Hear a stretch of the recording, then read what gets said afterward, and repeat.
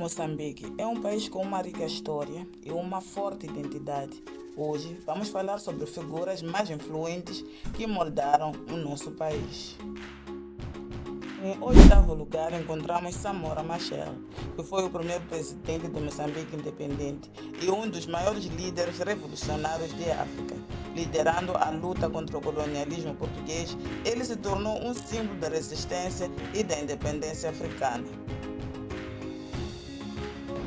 A nossa guerra era popular, não?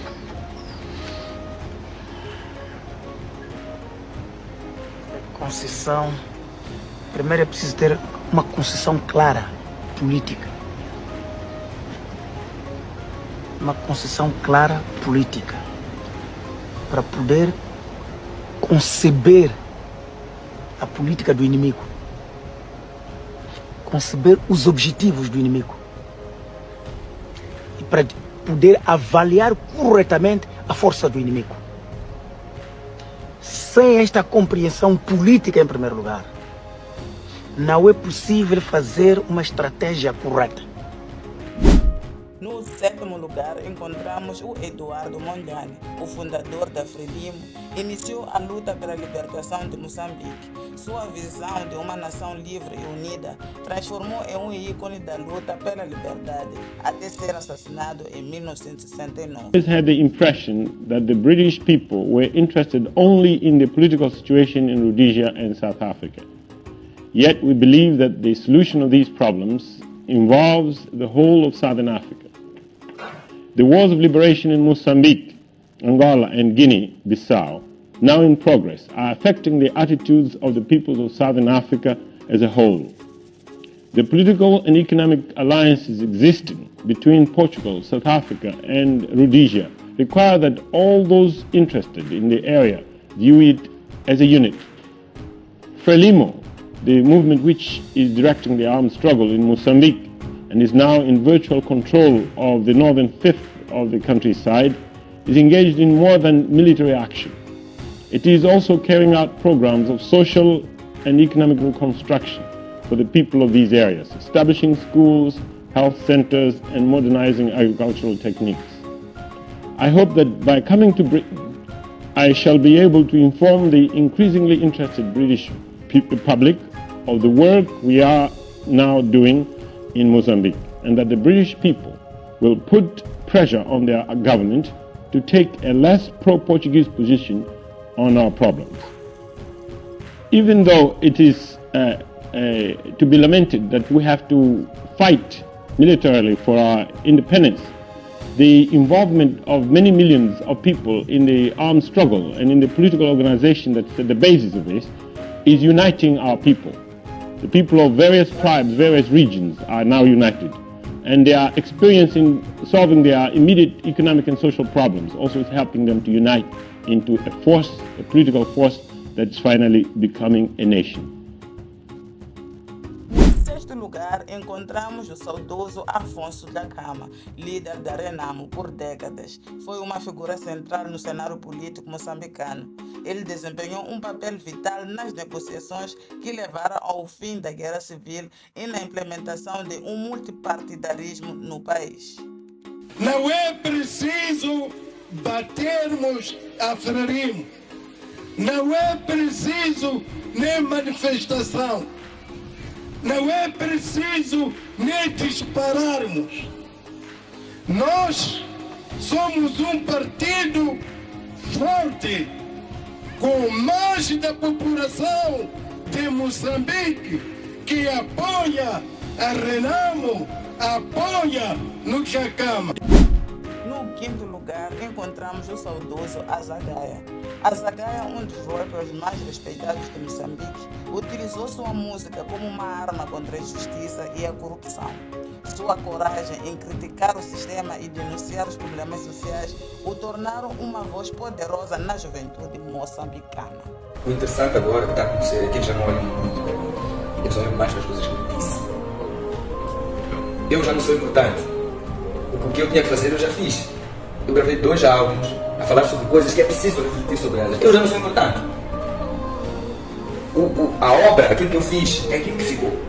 Houve um período em que quando eu estava a introduzir isto, era muito importante a minha imagem, no sentido, o que ele faz, onde vai, não sei o que, não sei o que, não sei o que.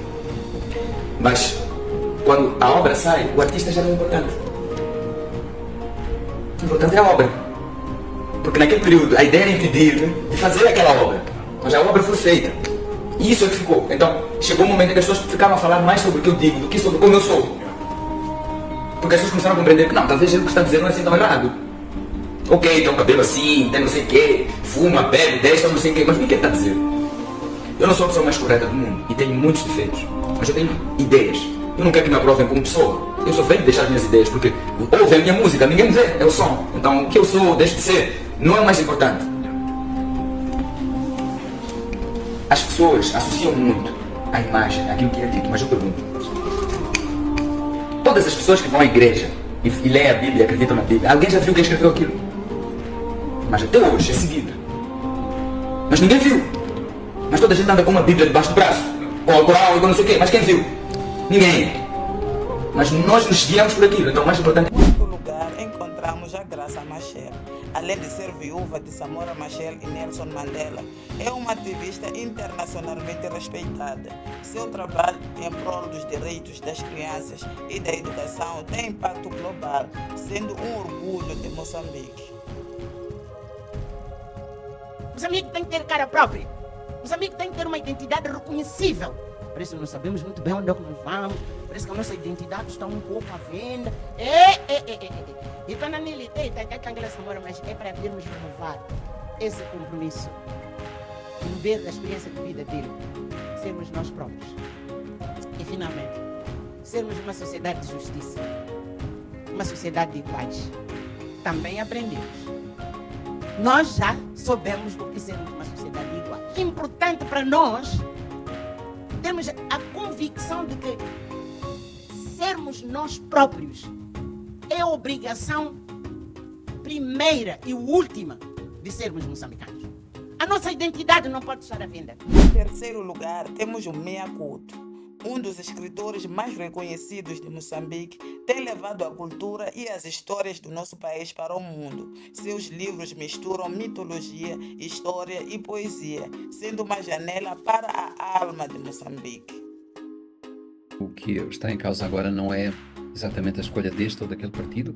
A questão tornou-se muito mais profunda. Que tipo de governação queremos? Que tipo de atitude moral queremos dos dirigentes? Eu acho que chegou o momento de pensar de que modo quem vence uma eleição se acredita ser o dono do país, que acredita ser o dono da verdade e acredita que depois é legítimo que depois esse novo poder possa excluir outros poderes e outras forças. A elite nova que vai dirigir o país se sabe impor pelo exemplo e perceba que tem que fazer aqui um golpe, tem que haver um golpe profundo, radical, com a maneira como essa elite até agora se achava acima da lei, se achava dona dos recursos, dona exclusiva dos recursos, enfim, e tinha uma ganância pelo poder e pela riqueza que não tinha limites.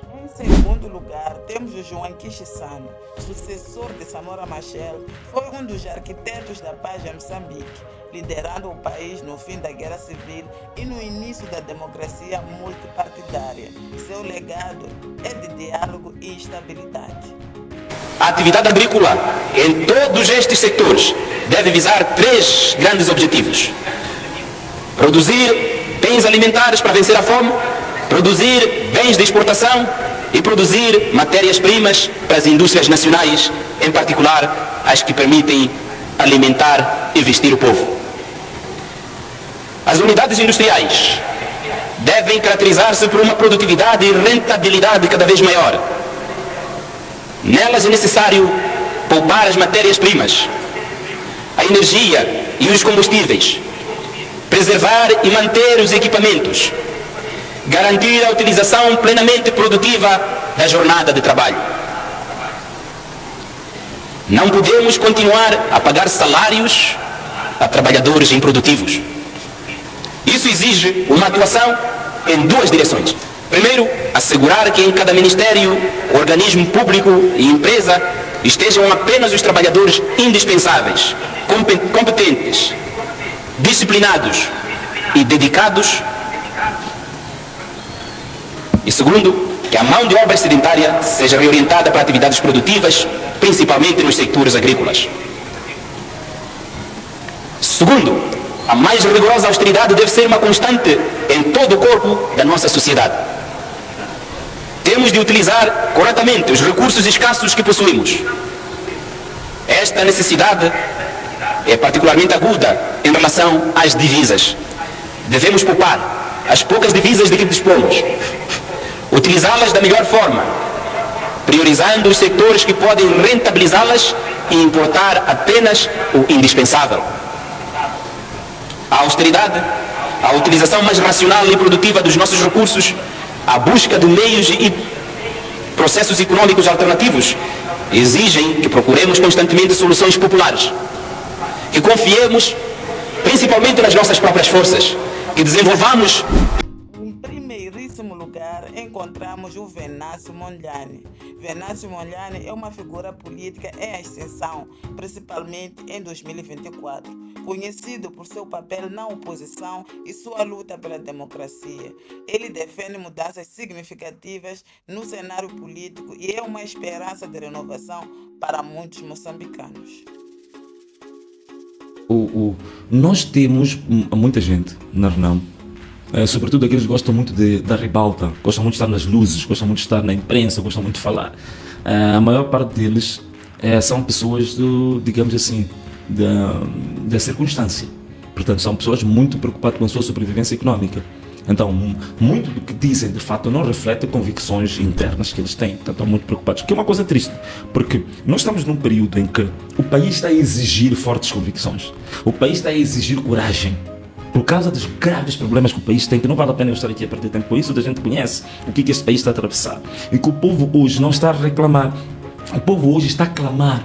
O povo hoje está em agonia. Então precisamos de posicionamento dos políticos. Aqui um povo deu um mandato para os representar. De posicionamentos firmes, corajosos. De pessoas que até podem sacrificar as suas próprias vidas por causa deste mandato que receberam do povo. Então é triste quando você vê estes mandatários do povo a fazerem de tudo à sua volta, pura simplesmente para preservar a sua própria sobrevivência. Eu estou aqui para falar-vos o que é que motiva a minha candidatura.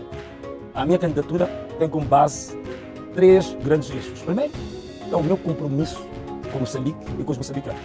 O segundo, são os valores que me inspiram como pessoa, como cidadão.